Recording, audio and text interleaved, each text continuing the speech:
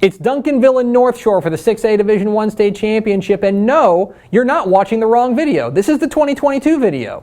These are the picks.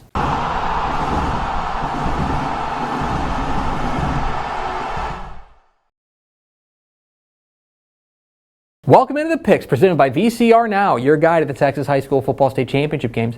My name is Greg Tepper of Dave Campbell's Texas Football and TexasFootball.com. Thank you so much for tuning in. Today, we're previewing the big one. We're previewing the 6A Division I State title game. 7 o'clock Saturday night at AT&T Stadium in Arlington. It's the final game of the 2022 Texas High School football season. It's the 6A Division I State Championship game between the Duncanville Panthers and the Galena Park North Shore Mustangs. What are the keys to this matchup? Key number one, a clash of titans. I say this every time these two teams meet, and we'll get to that history here in a moment.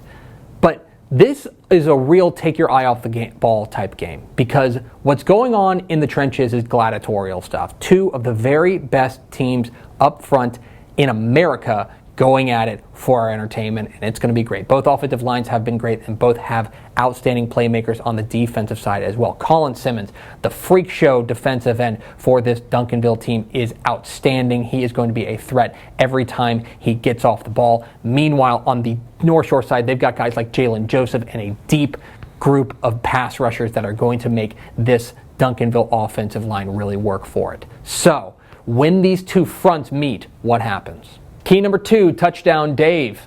Touchdown Dave is David Amador, the do-it-all star for this North Shore team, and I think it's fair to say that he saved their season.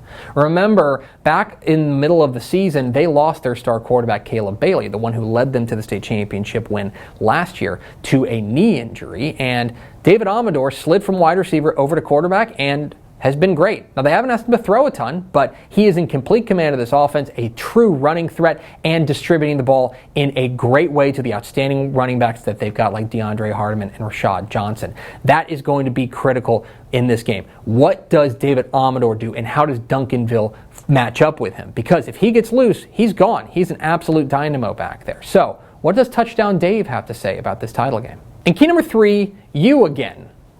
This is the fourth meeting of Duncanville and North Shore in the 6A Division I State Championship game in the last 5 seasons.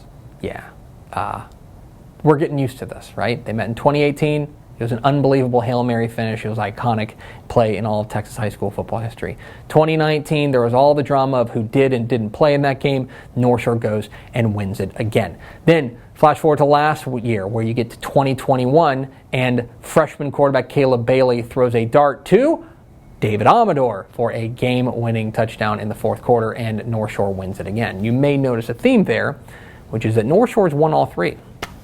So there's a couple of things in play here. One, does this kind of familiarity give either team an advantage?